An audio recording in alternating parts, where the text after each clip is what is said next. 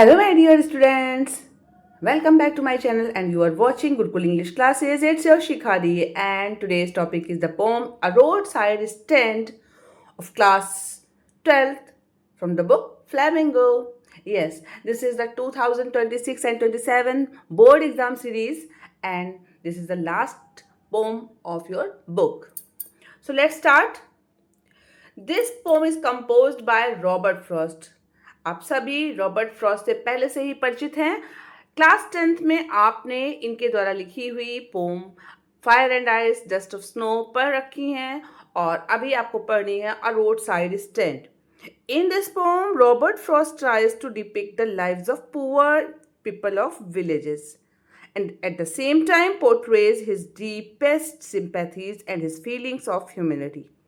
यानी कि Robert Frost गांव में रहने वाले गरीब लोगों के जीवन को चित्रित करने का प्रयास कर रहे हैं और साथ ही साथ अपनी गहरी संवेदना और अपनी मानवता की भावना को भी इस कविता के द्वारा प्रस्तुत करना चाह रहे हैं। Robert Frost is a highly acclaimed American poet of the 20th century और बहुत सारी कविताओं के बीच में उनकी ये फेमस पोम है अ रोड साइड स्टैंड। तो आइए स्टार्ट करते हैं, लेकिन स्टार्ट करने से पहले मैं सभी से रिक्वेस्ट करना चाहूँगी कि अगर अभी तक आपने मेरा चैनल सब्सक्राइब नहीं किया है तो प्लीज़ कर लीजिए, साथ ही साथ बेल आइकन प्रेस कर लीजिए ताकि मेरे न्यू वीडियोज़ के नोटिफिकेशन भी आपको टाइमली मिलते रहें। तो स्टार्ट करते हैं पोम को हिंदी एंड इंग्लिश बोथ में। The little old house was out with a little new shade.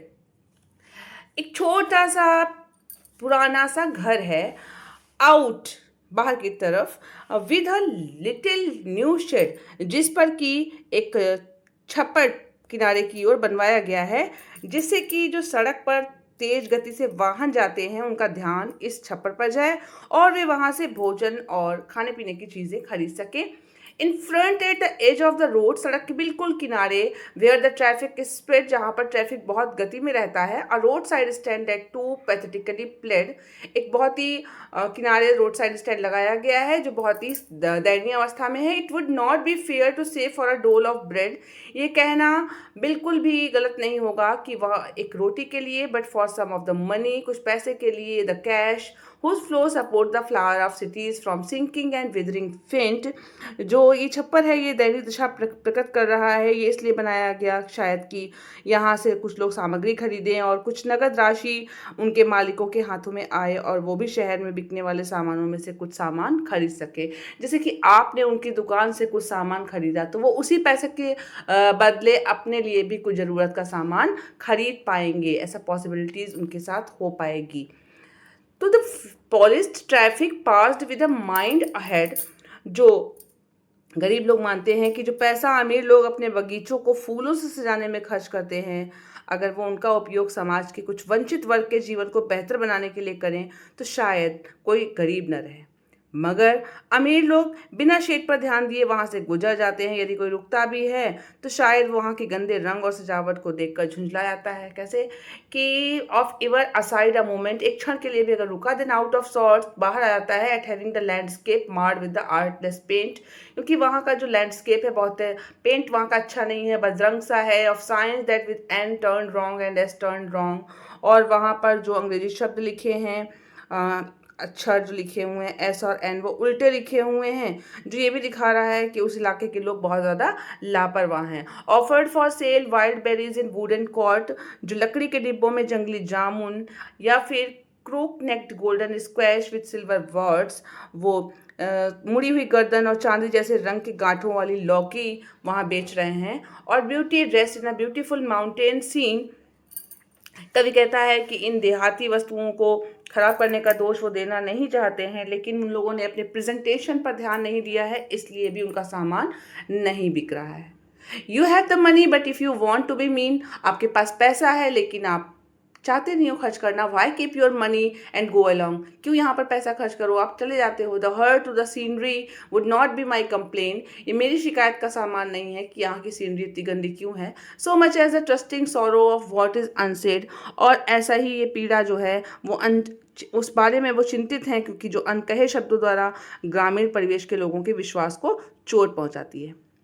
ग्रामीण लोग फिल्मों में दिखाई जाने वाली आरामदायक जीवन शैली को पाने की इच्छा रखते हैं, लेकिन इस आशा के विपरीत वो ये भी आशा रखते हैं कि शहर के नागरिक उनको आर्थिक स्वतंत्रता दें। हालांकि ऐसा करना राजनीतिक दलों को भाता नहीं है, वो केवल वादे करते हैं।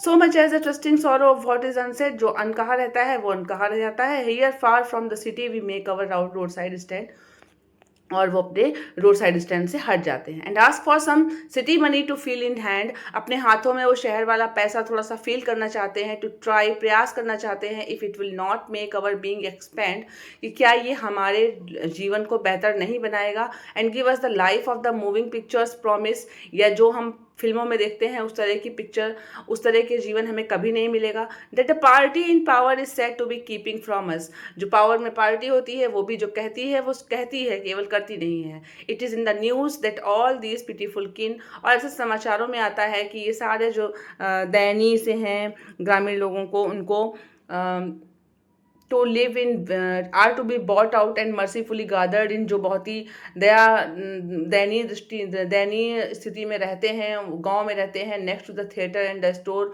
उनके गांव में भी थिएटर बनाया जाएगा, स्टोर बनाए जाएंगे, where they would not have to think for themselves anonymous, जहां वो अपने बारे में सोचेंगे। वाइल ग्रेडी गुड डूवर्स, जो लालची हैं करने वाले, बेनिफिशियंट बीस्ट ऑफ प्रे, वो शिकार हैं, swarm out there over their lives enforcing benefits, वो एक अच्छा लाभ चाहते हैं।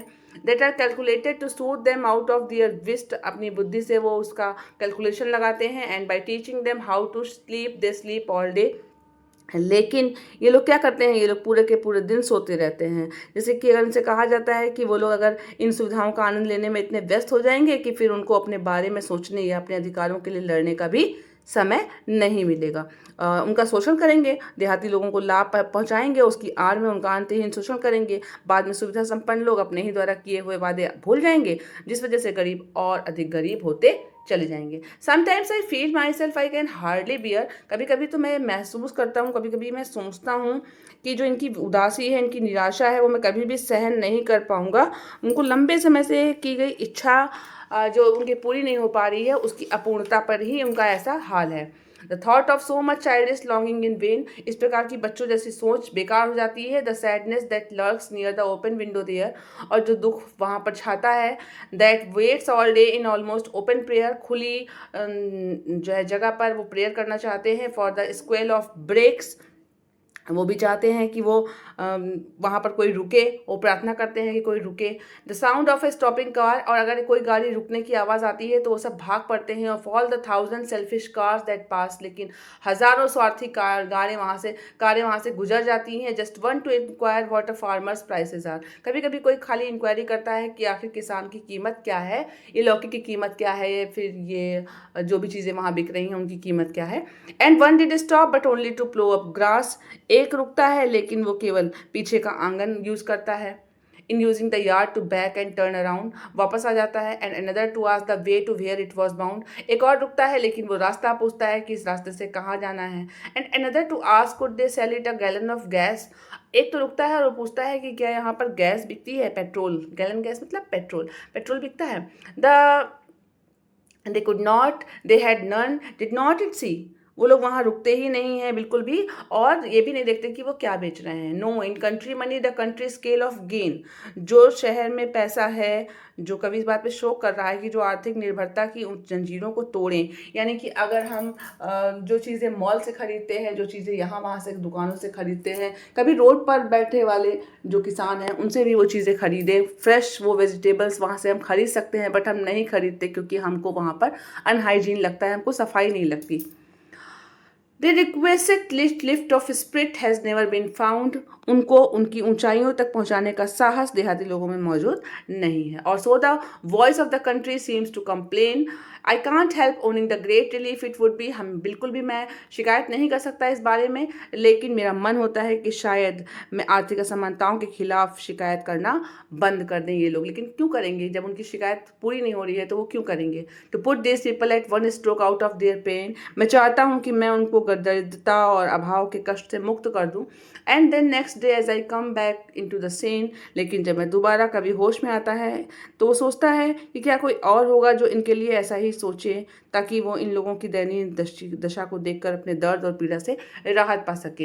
And offer to put me gently out of pain, और शायद मेरे भी दर्द को बाहर कर सके। ऐसा सिर्फ कवि का सोचना है, लेकिन वहाँ से गुजरने वाले लोग ऐसा नहीं सोचते हैं, और जो रोड साइड स्टैंड बने होते हैं, जो लोग बेचते हैं, वो ऐसे ही रह जाते हैं। तो ये थी पोम अ रोड साइड स्टैंड। आइए इस पोम का सेंट्रल आइडिया जान लेते हैं। क्या है इस पोम का सेंट्रल आइडिया? तो इस पोम का जो सेंट्रल आइडिया है, उसमें Robert Frost tries to depict the lives of poor people of villages and at the same time portrays his deepest sympathies and his feelings of humanity. The poem vividly describes the sad situation of economically underfed rural people who are often fooled by cunning people who are responsible for their pitiful condition. This pitiful picture is contrasted with the insensitive but luxurious city dwellers. शहर में रहने वाले लोगों द्वारा The rich people of the city don't care for the poor or roadside people. If they do stop at the roadside stand, it is to ask about direction or to complain. They do not buy anything from the stand. So the poet hopes for the betterment of the countryside dwellers, but he himself can't do anything about it because he can't do anything about it. But he was sad. Next morning, when the poet gains his senses, he wonders that he is gently relieved from his pain and agony of seeing the miserable condition of these people. तो ये था central idea. आइए कुछ questions को पढ़ लेते हैं, जान लेते हैं। कुछ बहुत इंपॉर्टेंट क्वेश्चन है, जैसे कि what articles are offered for sale at the stand. इस स्टैंड पर कौन कौन सी चीज़ें बिकती हैं? तो at the stand wooden containers of wild berries and golden squash और gold are offered for sale. And next question है कि who made the road side stand and where? तो poor people of the villages made the road side stand which was far from the city. शहर से थोड़ी दूर पर वो बनाते हैं। और नेक्स्ट क्वेश्चन है कि what does beast of prey means? Beast of prey का मतलब क्या है? तो बीस्ट ऑफ प्रे एक फ्रेज है, इसका मतलब है the man in power who exploit others, जो दूसरों को खराब करते हैं। नेक्स्ट क्वेश्चन है कि what is the childish longing that the poet refers to, why is it vain? कवि की इच्छा क्या है, बच्चों वाली इच्छा क्या है, और वो इसको उसकी जो इच्छा है वो व्यर्थ क्यों है? तो जो childish longing literally mean to want and wait for something without putting logic on it. The longing is in a way innocent also. Similarly the poet refers to the longing of the people running the road side stand and the childish because they are always waiting for prospective customers. तो ये कुछ questions थे। अब जान लेते हैं कुछ figures of speech के बारे में। तो सबसे पहला फिगर्स ऑफ स्पीच जो यहाँ पर यूज़ किया गया है, ये यूज़ किया गया है आपके पॉलिश्ड ट्रैफिक में, द पॉलिश्ड ट्रैफिक पास्ट। तो ये जो द पॉलिश्ड ट्रैफिक है, ये ट्रांसफर्ड इपिथेट है, ट्रांसफर्ड इपिथेट बोलते हैं इसको। विदरिंग, मुरझाना। यहाँ पर एक नेक्स्ट लाइन आप देख लीजिए, a road side stand that too pathetically played, बहुत ही दयनीय स्थिति में दिया गया है, तो यहाँ पर पर्सोनिफाइड किया गया है। ये पर्सोनिफिकेशन फिगर्स ऑफ स्पीच है। साथ ही साथ यहाँ पर अगर आते हैं, आगे बढ़ते हैं, and ask for some city money to feel in hand, पैसे को फील करना चाहते हैं हैंड में। यहाँ पर आयरनी है, व्यंग किया गया है जो गांव वाले हैं उनके ऊपर, विलेज पीपल के ऊपर। पैथेटिकली प्लेड, ये लाइन ये भी आपको पर्सोनिफाइड की गई है। नेक्स्ट है, इस पूरी कविता में जो पोएटिक डिवाइस है वो है पैथेटिक डिवाइस। पैथेटिक यहाँ पर फीलिंग है, दयनीय अवस्था दिखाई गई है विलेजर्स की, इसलिए यहाँ पर पैथेटिक है। तो ये थी कविता द रोड साइड स्टैंड। तो कैसी लगी आपको? समझ में आ गई होगी। और अगर इस पोम से रिलेटेड कोई भी क्वेश्चन करना हो आपको, तो आप कमेंट सेक्शन में पूछ सकते हैं, मैं आपको रिप्लाई करूँगी। मिलते हैं नेक्स्ट वीडियो में, तब तक के लिए tata, bye bye. Thank you for watching and thank you for your support.